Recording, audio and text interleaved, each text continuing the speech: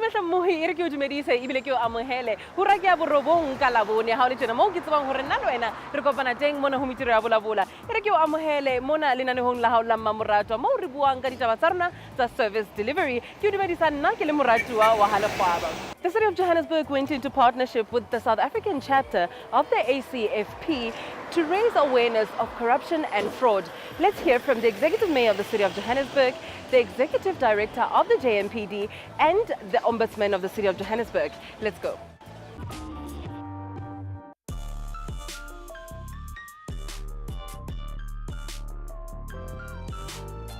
We are here at the Fraud and Corruption Seminar to discuss as a nation the scourge that is facing and confronting our nation, and trying to find solutions to this. We need to engage the society so that ultimately we find solutions to this scourge that is unfortunately robbing from poor members of our community.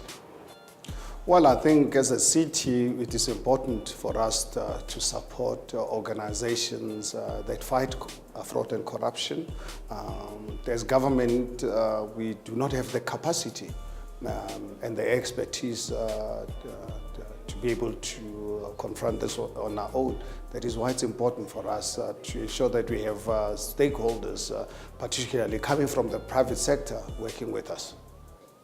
Well, I think, for me, fraud and corruption can only be minimized and stopped the day when all of us as South Africans can have a national government that is serious about fighting the scourge, ensuring that there are consequences for those who commit this crime.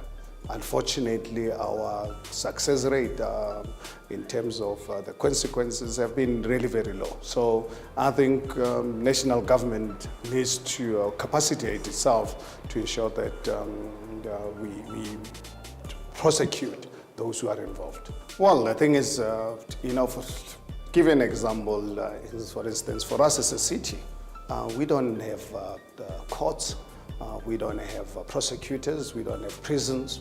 So we rely on national government to assist us fighting this case. We can bring it to their attention, but if the national government does not prosecute accordingly, unfortunately, there will always be the continuation of this. That is why I keep emphasizing for the need for the national government to begin the process of taking corruption and fraud as serious crimes that unfortunately robs our poor people of the resources that should really be used to provide services to them. Well, I think if you look at what fraud and corruption does, it actually paralyzes the city. When people go to work every day planning how they can loot our resources, their focus is actually taken from focusing on service delivery, they focus on stealing. But at the same time, yes, there's still resources, those limited resources that are supposed to be used to provide services to our people. Well, an event like this, being an international event all over the world, countries are concerned with the level of fraud and corruption. So even with us here in South Africa, for us as the City of Johannesburg, we take in this matter seriously. We want to send that message to our people to please desist from participating in illegal activity, because for us as a City of Johannesburg, a new administration, we've declared corruption public enemy #1, and we did not just commit it by just talking. We are going to ensure that there are consequences for those involved. I think it's a serious problem. People like to talk about these things in terms of numbers. I like to look at it differently. It's not about how many people are involved in it, but it's a case of even if one person were to be involved in fraud and corruption, we have to deal with it. So it is a problem in our city. It's a problem that's impacting on our capacity to do our work, and certainly, there's a reputational problems that go with the perception that we have a big corruption and fraud problem, because then people start to lose confidence in our abilities to govern. Well, there are many reasons. One is some people have a view that to get ahead in life, they have to amass as much resources as possible, and in so doing, they want to take shortcuts. They don't want to work hard for what they get, and then they engage in such activities. It's a way in which some people want to make money and improve their standard of living. But there's also a view that a lot of the kind of people who engage in these things do so because they've a feeling that they can get away with it, So in other words, there isn't enough deterrence in our systems, in the things that we do that will scare people away from engaging in fraud and corruption. So in the absence of an effective deterrence, people do these things because they think they can get away with it. And then we have this problem that we have to investigate and try and identify them and bring disciplinary measures and dismiss them. But we're not always successful at stopping them or preventing it from happening, which is why I think programs like today's are important, because here we're raising awareness. We are making people aware of the kind of things that we do, and hopefully they will tell others that you do something like this, we will get to you at some point or another, and the consequences will be severe. Look, there's several ways in which we deal with it. One is, of course, we do the normal. When people report, we do investigate. Every case of corruption reported, trust me, every case receives attention. We don't discard any case. Every case, no matter how small the report is, receives attention. We have a unit that is dedicated to this function, internal affairs unit. But also, what we try and do is that when we recruit people, we do our best to do what we call, personality assessments. We want to check their background for possible criminal records or misconduct also in their lives, And in that way, we are able to select the best amongst the best. So we work with other agencies. For instance, we work with the South African Police Service, where we do criminal record background checks, but also checks sometimes for finances of people, whether they are, especially those who are going to work with money, whether they have problems with handling money, whether they have debt issues. So those are interventions we do at the beginning of the process. But also once people are in the organization, then we train them to say, look, this is the kind of environment you're going to work, these are kind of temptations you're going to come across, this is how you must behave, we have a code of conduct. And then subsequent to that, then we monitor and detect cases where officers could be or other employees could be involved in corruption. And where we find them, we then undergo a disciplinary process, we undertake a disciplinary process, and sometimes a criminal process, depending on the severity of the offense. We are here to learn and to be sensitized to the pitfalls of fraud, okay?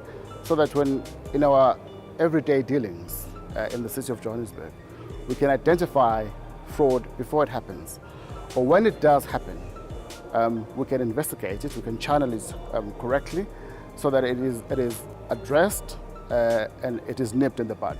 That's why we're here, to be sensitized to those pitfalls and to identify it when it happens. So that's what we're doing today. It's part of International Fraud and Corruption Week.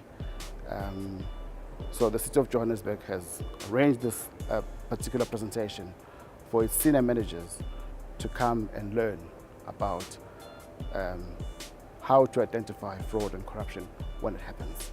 It is an issue. The executive mayor has declared it public enemy number one.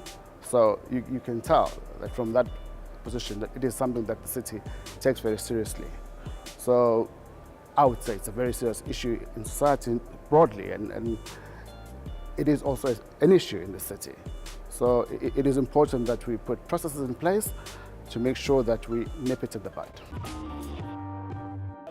But let's take a quick break, and after the break, re ntse re utlwisetsa ditaba tse ding hape mona ho Mintirho ya Vulavula. Tula fela jwale.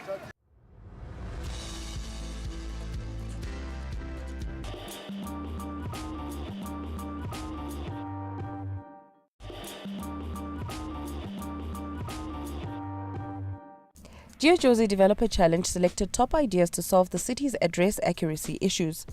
The finalists have all completed an intensive period of geographical information system training, as well as a professional software practice, startup and business modeling, and social media training. Today we are at Wits University to come and celebrate with the brilliant minds in the digital world. We're here for GeoJozi Challenge, and we are giving awards to the winners of the challenge. And we are very pleased to be here, and we are very pleased to be part of this event.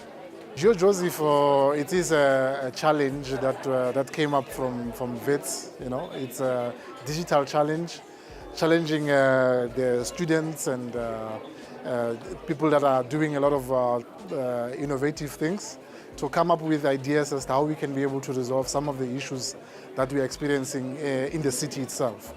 Now, this challenge, for this particular one, it was about street addresses, where we wanted them to come up with ways of how we can be able to resolve the issue of people not having street addresses, but they need to get service delivered.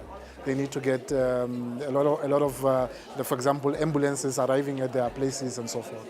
So we wanted them to give us some solutions to that. And today we are actually celebrating the winners of that challenge, and the ones that came up with the best solutions to this problem. Yeah. Look, I think a lot of the ideas that came out of this, not only his, but most of them that I've actually seen, they've got a potential of really assisting us resolving these issues of addresses and of people not be able to be accessed or them accessing service delivery. So I think indeed his solution will be able to be explored, and I'm sure we'll be able to use it in resolving the issues that we are currently having in the city. Today's the final awards in the GeoJozi Challenge. So GeoJozi has been running for several months now. It started with a call that went out for people who could solve problems around addresses. Living in a big city like Joburg, we sometimes don't appreciate that for those who don't have an address, life is very difficult.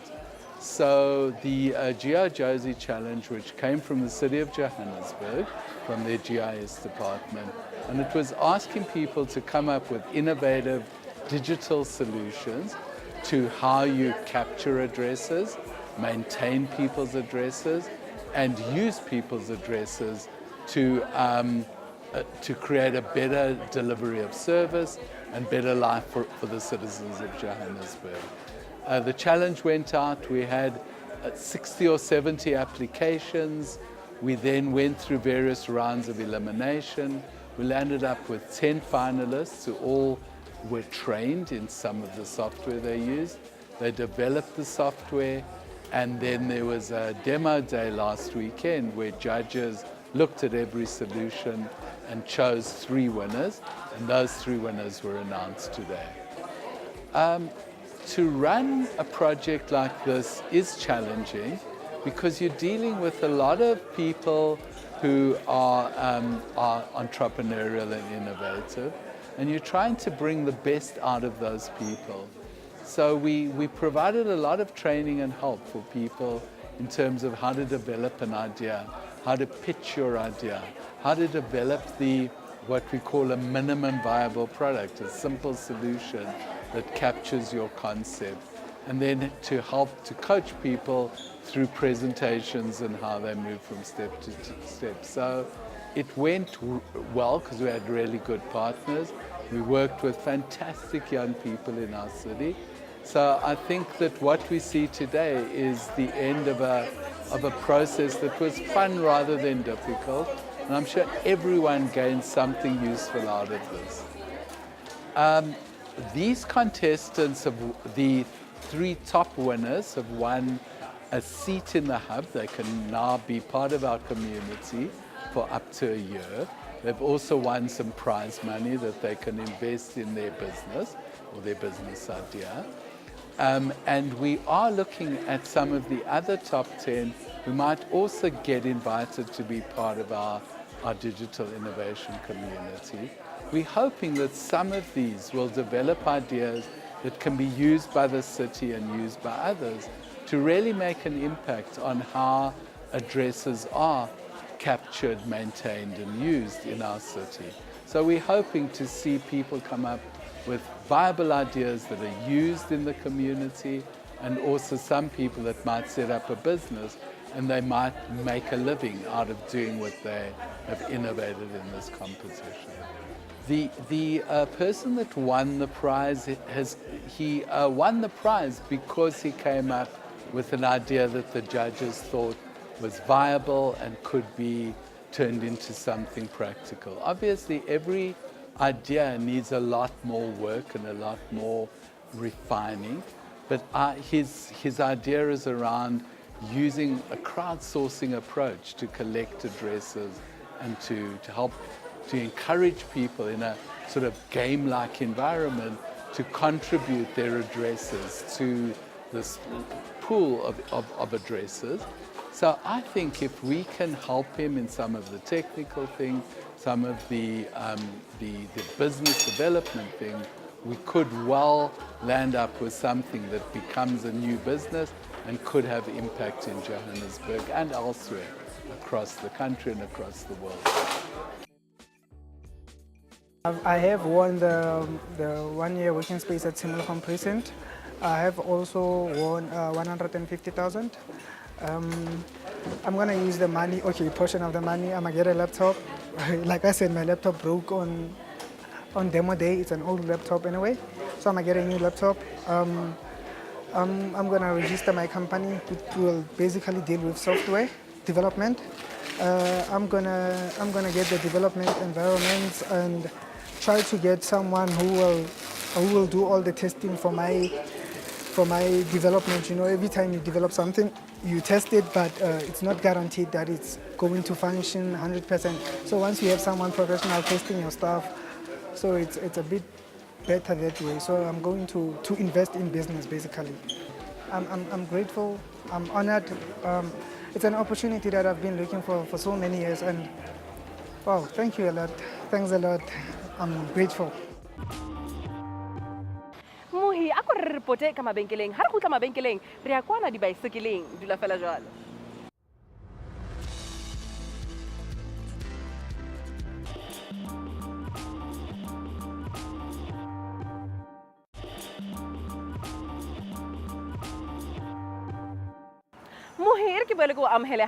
To start up the festive season, we attended the 94.7 Cycle Challenge to challenge you to live a healthy life this festive season and take care of yourself. Let's take a look at what happened at the 94.7 Cycle Challenge. Let's go.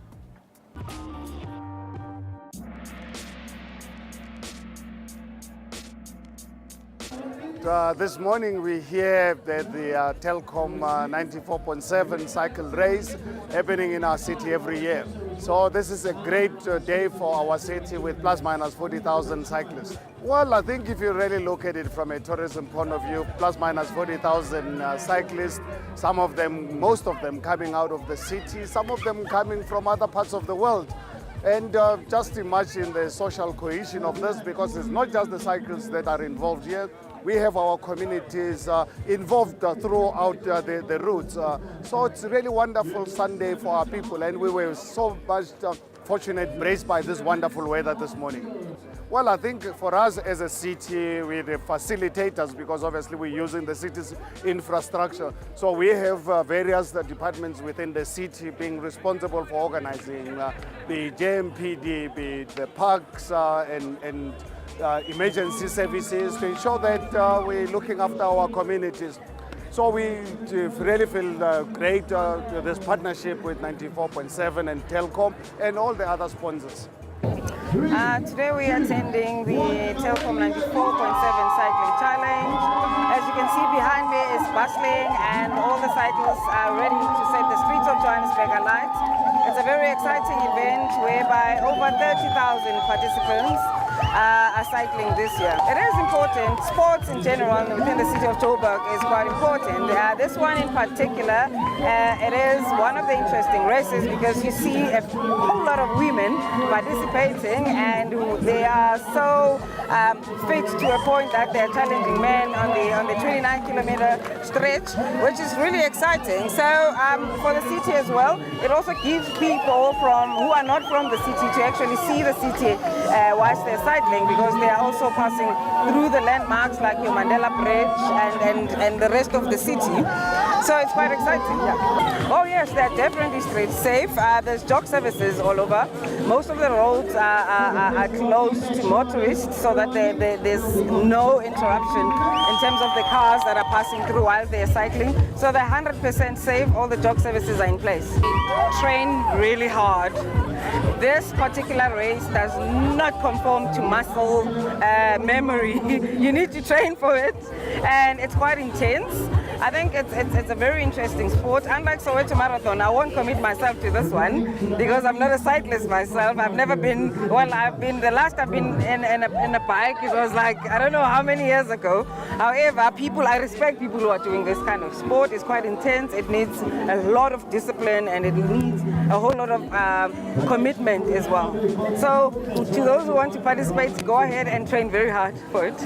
Yeah, look, like I said, I'm from Pietermaritzburg in KwaZulu-Natal. We only came up yesterday for this event, and I've never done one before, and I relied a lot today on my teammates to kind of tell me where to position myself, how to race, when to be alert for other moves going, and I took a gamble at about the 50-kilometer mark, and fortunately it paid off, and we managed to stay away from the chasing pack. Yeah, I mean, it's a very challenging route, especially for a race up in Gauteng. Most people think it's quite a flat race to race your bike. But I think the guys here at the Telkom 94.7 have found all the climbs in Gauteng, to be honest. So, yeah, it's probably one of the toughest races I've done here in South Africa, one-day races. So, yeah, hats off to the organisers for putting on a brutal event. I've been a professional mountain biker since 2011. And now I've sort of made the transition onto the road only recently, the last 2 or 3 months. So I've been cycling since 2006, so it has been quite a process. But I think it's a good way to kick off my road career. The challenge was a big challenge. This race is tough, especially since the route changed about 3 years ago. It's very hilly, but nothing beats the finish feeling. Because it's painful all the way through, but when you cross the finish line, you've conquered it. It's a wonderful feeling. Towards the end, at about 90 kilometers, you're telling yourself, I'm never doing this again. But once I cross the finish line, I'm definitely coming back next year. It was wonderful. Mohe jalo ka hore na ka rena festive season ke ena e sentse re tonetse mahlo ke tshepa hore jalo ka ho utlwile o tla itlhokomela o shebele hore ha o ja jwang ha o le jalo mohi le bo dibeke jalo ha o ile mabenkeleng dikarete ntho tse jwalo itlhokomele mohi o bone hore festive season ena ntho kaofela tsa hao di hantle jalo ha ke etsa tjena mohi ke a ikwala ha ke ikwale fela do visit us on our social network. We would love to hear from you, from me and the team here Mintirho Vulavula. Nna ke le moratuwa moretsana wa ha le khwaba ke re ho wena ha ibe bro.